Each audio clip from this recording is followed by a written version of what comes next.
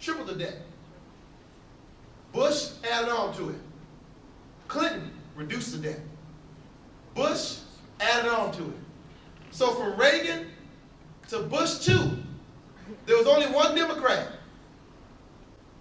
And that Democrat was the only one out of all 4 presidents that actually reduced the debt. And now the Republicans want to seem like they're some fiscal hawks. And they're the ones running up all the debt saying that we don't want our children to have to pay for this stuff. Well, stop running up the dang on debt.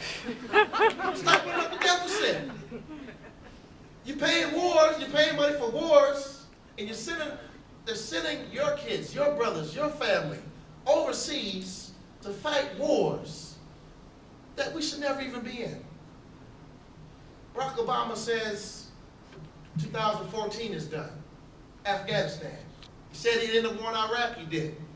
He says he was ending the war in Afghanistan, he's doing it. 2014, our troops are coming home. If Barack Obama's the president, Mitt Romney's president, what does he say? Well, I'm going to listen to the troops on the ground. What do the troops on the ground always say? Let's keep fighting.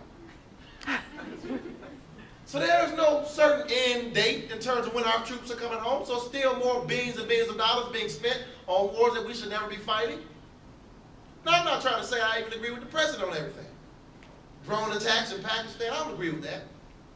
I don't agree with certain things, but at least there's a clear plan that is further along to what I think should be happening in the White House. In the last debate, did y'all have a chance to watch the debate? Yes. I want you to listen to the answers that they came up with when they asked about gun control. Oh my gosh. When they talked about gun control, Barack Obama says this long, eloquent answer, which really, the long story short, says all of the above.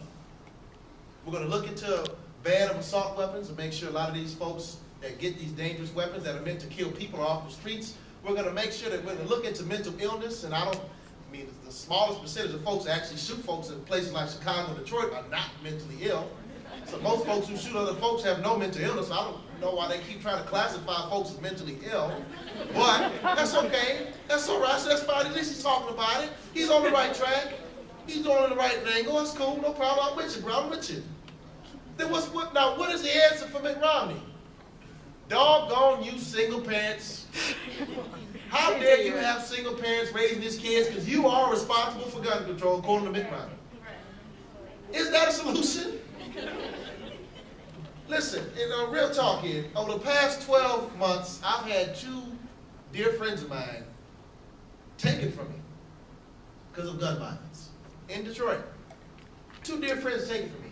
One with an assault rifle, AK-47, busted his house, took him and his wife out. Another one was another dear friend of mine, and it was just a handgun, and they were trying to steal something, and they came in and they shot him because they wanted to get his car. I mean, this is real. This is real what we're going through in Detroit. That's why I come back to Detroit sometimes as much as once a month. I'm back all the time because this is what's going on. It's a war zone.